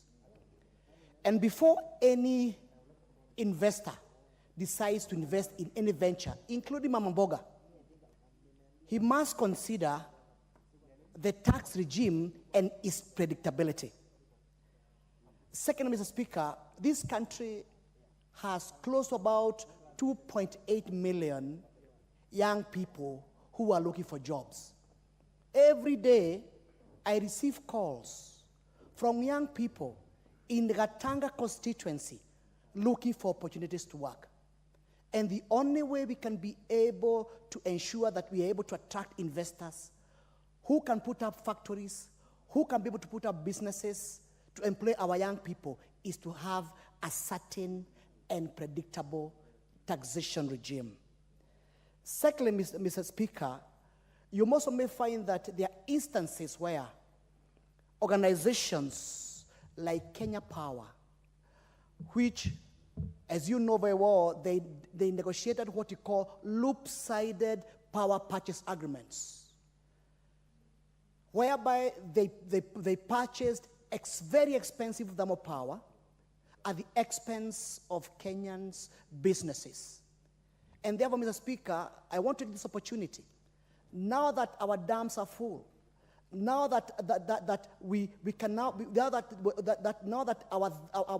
our hydro dams are full and ready, we want to see a total reduction of our bills in our homes, in our factories, so at least we can be able to enjoy this, what we are calling El Nino. It has one side which is whereby our people are getting flooded, but on the other hand, Mr. Speaker, we expect Kenya Power to reduce the tariffs, to switch off the thermals and use the hydro power, so at least our factories can be able to increase production, the costs of goods and services can become cheaper, and factories can be able to employ our people.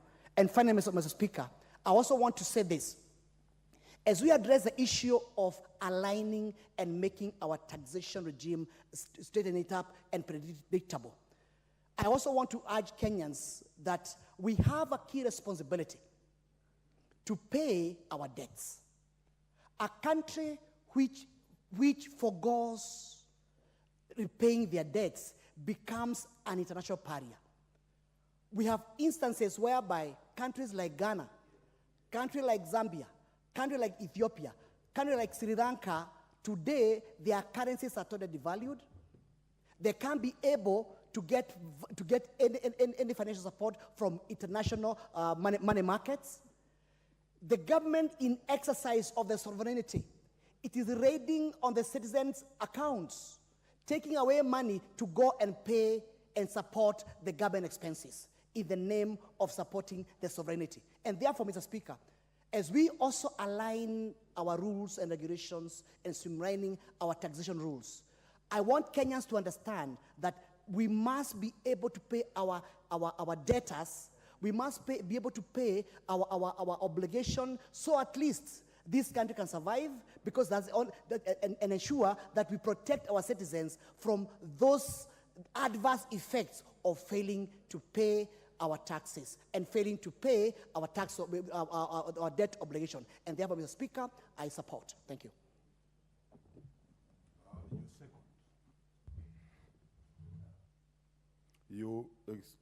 Honorable Mreo, you are seconding. So you please go on record. Sorry, Mr. Speaker. Yes, I was seconding the proposed amendments in the. I second, Mr. Speaker.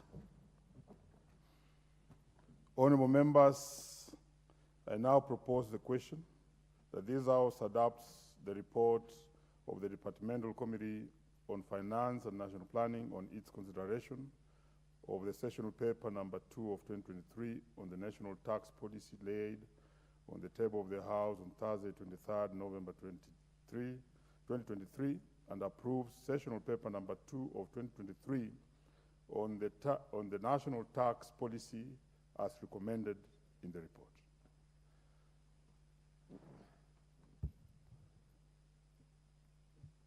So who takes the first bite? I see Honorable John Mutunga.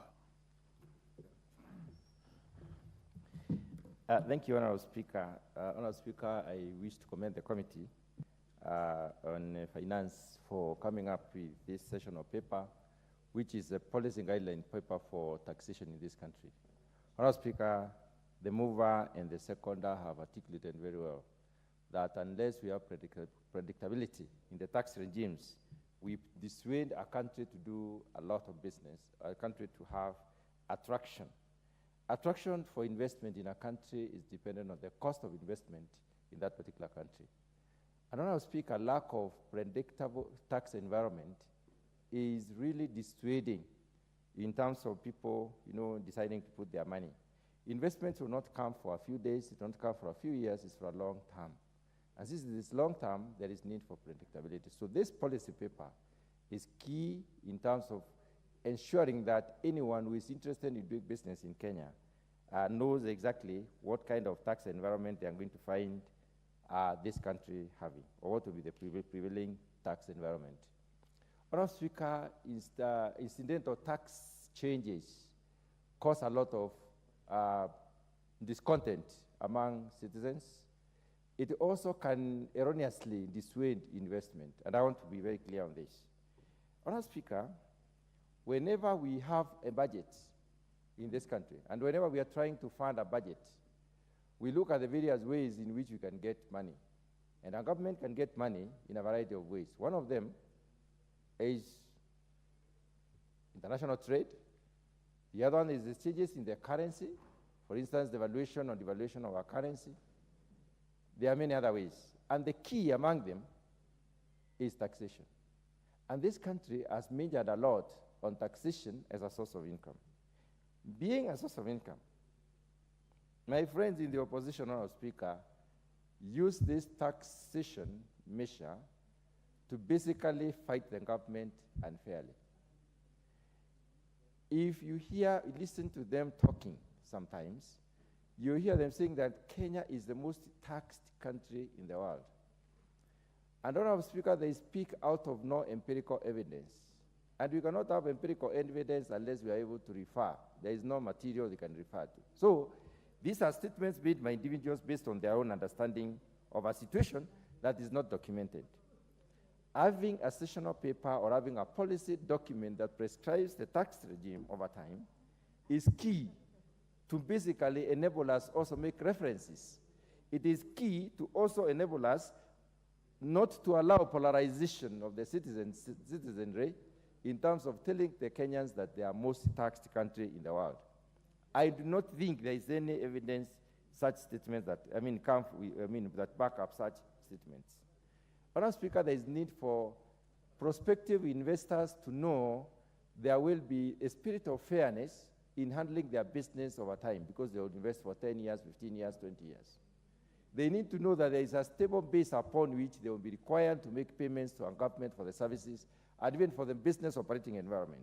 And that is why taxation policy is important.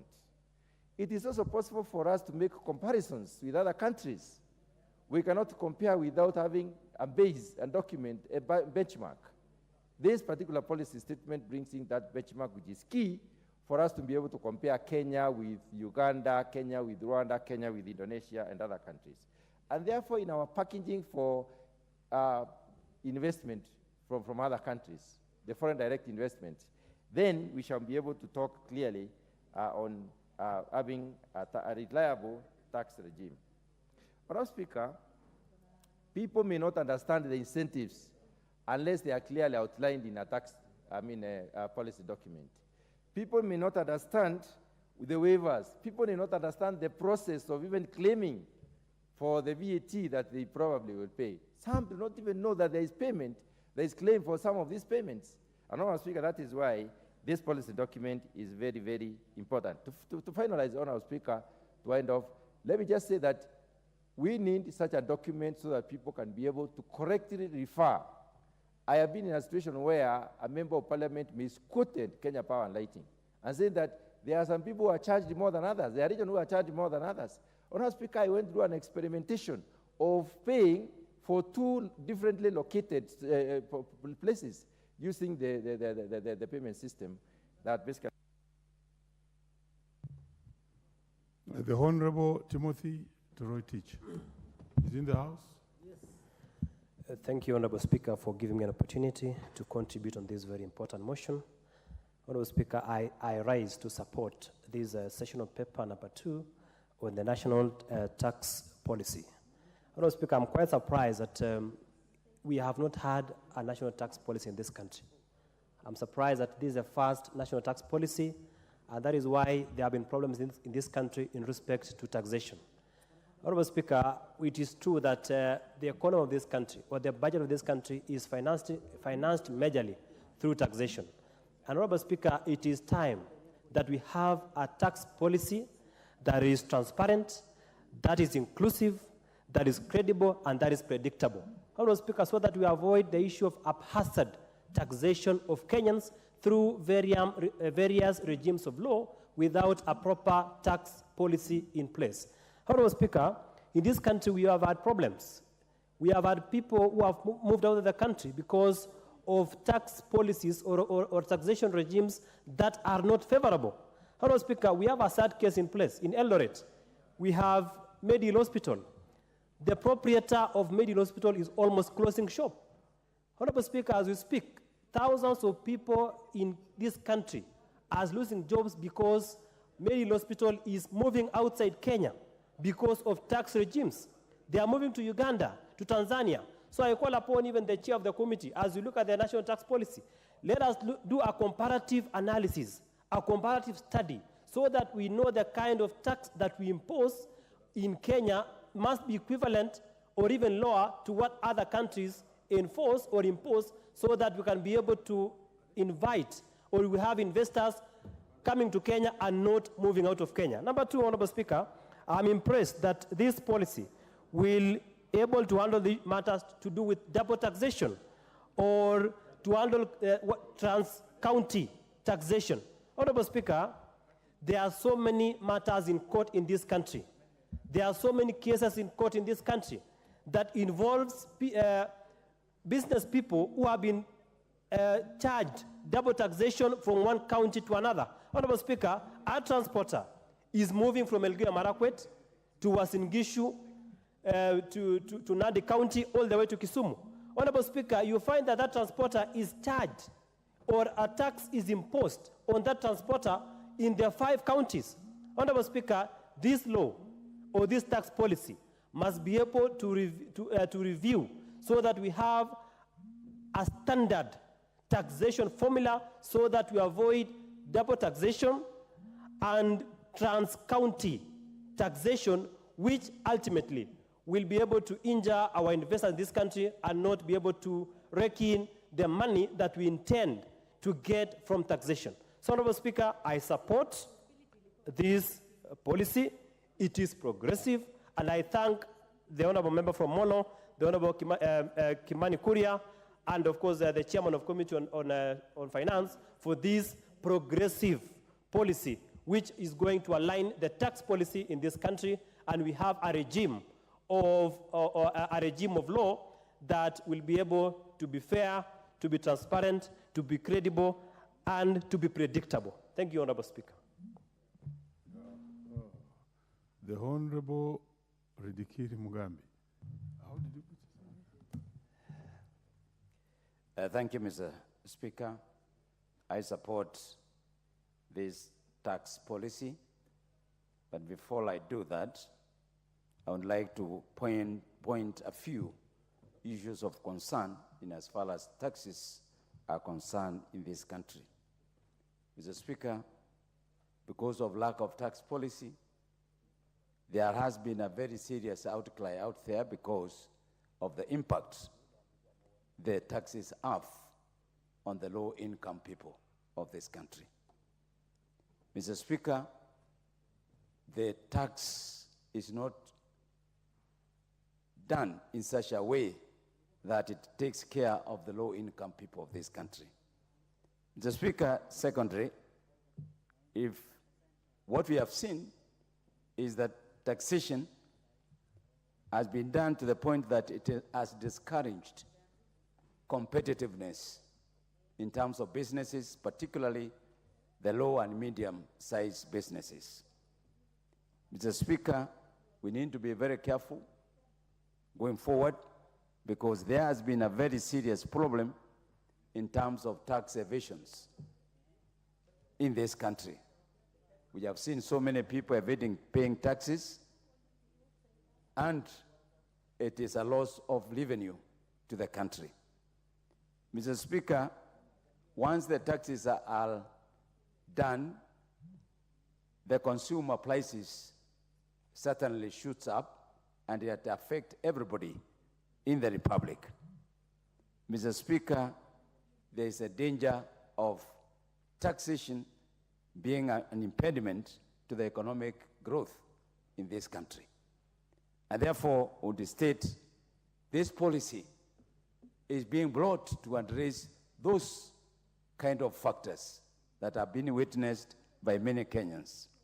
Mr. Speaker, it's true that once we have a tax policy, it's going to be able to regulate the tax regime, is going to bring into force a good system of how the taxes need to be formulated and at what point do we need to revise.